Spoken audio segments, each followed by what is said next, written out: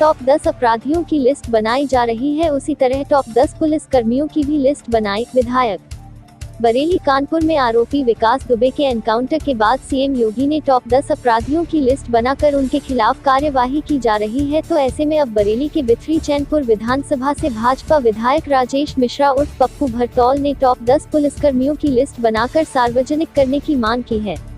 उनका कहना है कि जिन पुलिसकर्मी भ्रष्टाचार के आरोप लगते हैं उनकी लिस्ट बनाई जाए। वहीं डीआईजी का कहना है कि गलत कामों में लिप्त पुलिसकर्मियों के खिलाफ हमेशा कार्यवाही होती रहती है। यही वो पत्र है जो इन दिनों सोशल मीडिया पर खूब वायरल हो रहा है और चर्चा का विषय बना हुआ है। दरअसल यही वो पत्र है जो बरेली के बिथरी चैनपुर विधानसभा से भाजपा विधायक राजेश मिश्रा उर्फ पप्पू भरतौल ने बरेली रेंज के डीआईजी राजेश पांडेय को लिखा है। क्या लेटर है, क्या मांग की है आपने? नहीं, माननीय डीआईजी साहब जो हैं बरेली के, वो बहुत अच्छे अधिकारी हैं और वो बगैर भेदभाव के काम करते हैं और वो कई बड़े शहरों में रहे और इतने अच्छे अधिकारी हैं। आप देखिए कि उन्होंने जितने भी टॉप 10 बदमाश रहे हैं जो कोई नहीं पकड़ सकता था, उसको बरेली के जो डीआईजी हैं राजेश पांडे जी, उन्होंने पकड़े। और मुझे लगता है रिटायरमेंट होने के बावजूद भी सरकार को उनकी ज़रूरत रही, क्योंकि ऐसे लोग जो हैं वो देश के लिए काम कर रहे हैं, वो अपने परिवार के लिए काम नहीं कर रहे हैं। तो मैंने कल जो एक न्यूज़ उनके द्वारा एक न्यूज़पेपर हिंदुस्तान में एक छपी थी कि उन्होंने पूरे जो अपने रेंज है उसमें टॉप 10 बदमाशों की एक लिस्ट बनाई है, उसको जनता ने पढ़ा तो जनता ने बहुत अच्छा उसको सराहा। और डीआई साहब को वैसे भी सारी जनता अच्छा मानती है पुलिस विभाग में। पुलिस विभाग में अगर किसी को अच्छा मान ले पब्लिक तो ये बहुत बड़ी बात है, ये आप भी जानते हैं और हम भी जानते हैं। तो जनता के हमारे यहाँ तो बहुत सारे लोग सुबह से ही आ जाते हैं, तो कल बहुत सारे लोग थे, दूर दूर कुर्सियाँ पड़ी थी, हम भी जल्दी जल्दी काम निपटाते रहे, तो लोगों ने जी तरह भी तो लोगों ने ये कहा कि आज डीआई साहब का बयान ऐसे ऐसे आया, ये सब चीज़ें। तो हमने उनको एक पत्र लिखा कि ये आपकी बहुत अच्छी पहल है कि टॉप 10 बदमाश। तो हमने उनसे एक निवेदन किया, हमने कि टॉप 10 पुलिस भी है, तो टॉप 10 जो पुलिस में लोग हैं जो सरकार को बदनाम कराना चाहते हैं, जो पुलिस को बदनाम कराना चाहते हैं, ऐसे आदमी की भी लिस्ट बन जाए और वो थाने या जो उच्चाधिकारी हैं उनके वहाँ लग जाए। जैसे कोई गाय कटवाता है और वो मौके पे पकड़े भी गए हैं पुलिस के लोग, सिपाही, तो वो सरकार को और पुलिस को ही तो बदनाम कर रहे हैं, या कोई रिश्वत ले रहा है तो वो भी बदनाम कर रहे हैं।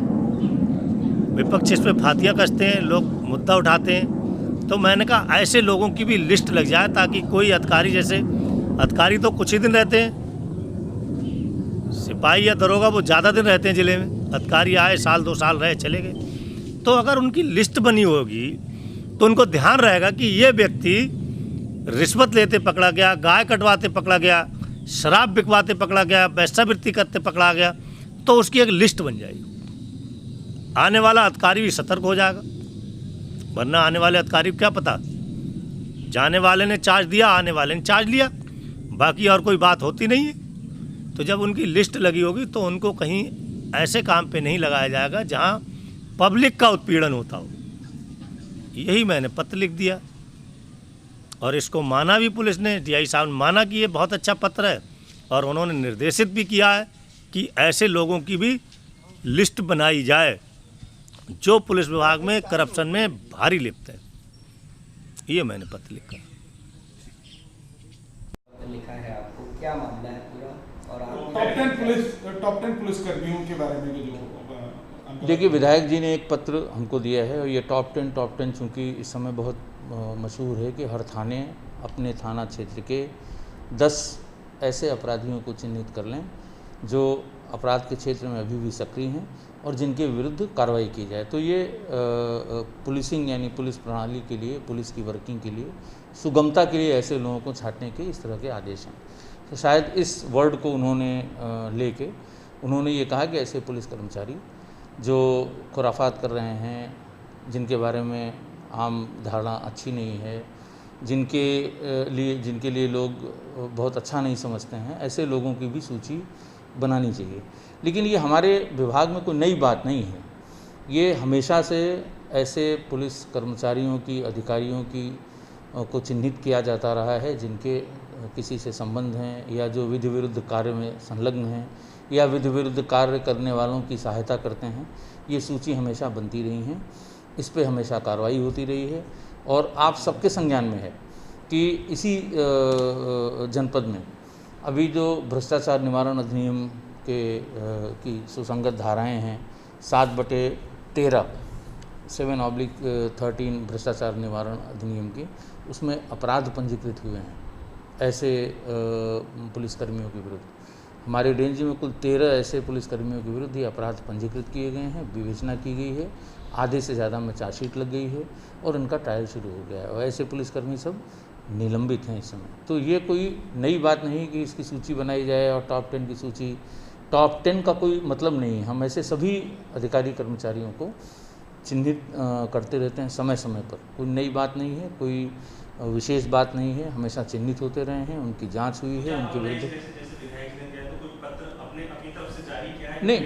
ऐसा है, जब उन्होंने दिया है तो वो जो सूची पहले जो बनती थी, जो हमारे डीजी साहब के पुराने आदेश हैं, उन्हीं के तहत फिर से मांग लिया है कि इस बीच में अगर इस तरह की शिकायतें आपको प्राप्त हुई हैं तो ऐसे लोगों के विरुद्ध उस शिकायतों पर क्या कार्रवाई की गई है, जांच की गई है या नहीं की गई है। जांच नहीं की गई तो उसकी जांच करके उनके विरुद्ध कार्रवाई करके अवगत कराएं। क्या ये नंबरिंग की खांचे में फंसेगा या जो हैं वो? नहीं, नंबरिंग का कोई मतलब ही नहीं है। मैंने आपको बताया ना कि टॉप 10, टॉप 5 ये जो कंसेप्ट बहुत दिनों से यूपी पुलिस में है, तो वो तो सिर्फ पुलिसिंग की दृष्टि से सुविधा के लिए है कि उस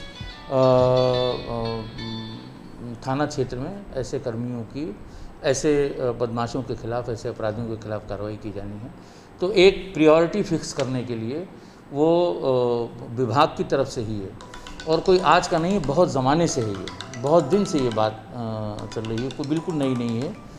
बहुत दिन से ये सिस्टम चल रहा है कि जो ऐसे अपराधियों के विरुद्ध कैसे कार्रवाई की जाएगी। तो ये सूची है, उसमें पुलिस कर्मियों का तो हमेशा होता रहा, कोई एक दिन का नहीं है कि एक हफ्ते में 10 की सूची बना लीजिए, 5 की, जो जिसकी भी शिकायत हो, चाहे वो 1 हो चाहे 50 हो। अभियान भी चलते ही निरंतर प्रक्रिया है। ये निरंतर प्रक्रिया है, ये ऑटो करेक्ट मोड में है हमारा अपना विभाग स्वयं भी, पुलिस विभाग। तो ये अपने आप जो इस तरह की जितनी भी शिकायत जब भी चाहे जनता के व्यक्ति दें, कहीं और से शिकायत आए, उनकी जांच होती है, उनके विरुद्ध कार्रवाई होती है। एक आखिरी सवाल कि क्या ये लोगों को, एक आखिरी सवाल, ये इन्होंने अपेक्षा थानावार की है या जिलेवार की है? नहीं, इनका तो इन्होंने सिर्फ टॉप 10 पुलिसकर्मियों के बारे में कही है। तो वो जहाँ के भी होंगे, हमारे ज़िले के होंगे, हमारे रेंज में होंगे, जहाँ कहीं होंगे, वो इनके विरुद्ध जांच होती रही है, कार्रवाई होती रही है। नई सूचना मिलने पे फिर जांच होगी, फिर कार्रवाई होगी। आपकी तरफ से काफ़ी समय पहले ही प्रक्रिया शुरू कर दी? बिल्कुल, प्रक्रिया शुरू कर दी गई है। आपको ध्यान हो, कुछ दिन पहले ऐसे पुलिसकर्मी, उनको बर्खास्त भी किया गया। हमारे रेंज में सबसे अधिक कर्मचारियों की बर्खास्तगी हुई और अभी पिछले 1.5 साल में मैंने आपको बताया कि 13 मुकदमे कायम हुए। यही नहीं, पूरे प्रदेश में ये होता है, कोई इसमें नई बात नहीं है। और इन्होंने व्हाट्सएप नंबर भी जारी किया था? हाँ, इस संबंध में मैंने, आपको ध्यान हो, एक व्हाट्सएप नंबर जारी किया था, पब्लिक के लिए जारी किया था, आप लोगों के माध्यम से सब तक पहुंचा था कि पुलिसकर्मियों की अगर किसी तरह की कोई शिकायत आपको प्राप्त होती है, उनके रिश्वत लेने की, काम के बदले में कुछ और उसकी, तो आप हमको इस व्हाट्सएप नंबर पे ऑडियो या वीडियो के रूप में भेज सकते हैं। आप ये भी जानते हैं कि ऐसे लापरवाह, ऐसे उद्दंड पुलिसकर्मियों के विरुद्ध कार्रवाई भी हुई है। एनजी न्यूज़ से जुड़े रहने के लिए चैनल को सब्सक्राइब करें और बेल आइकन को दबाना ना भूलें।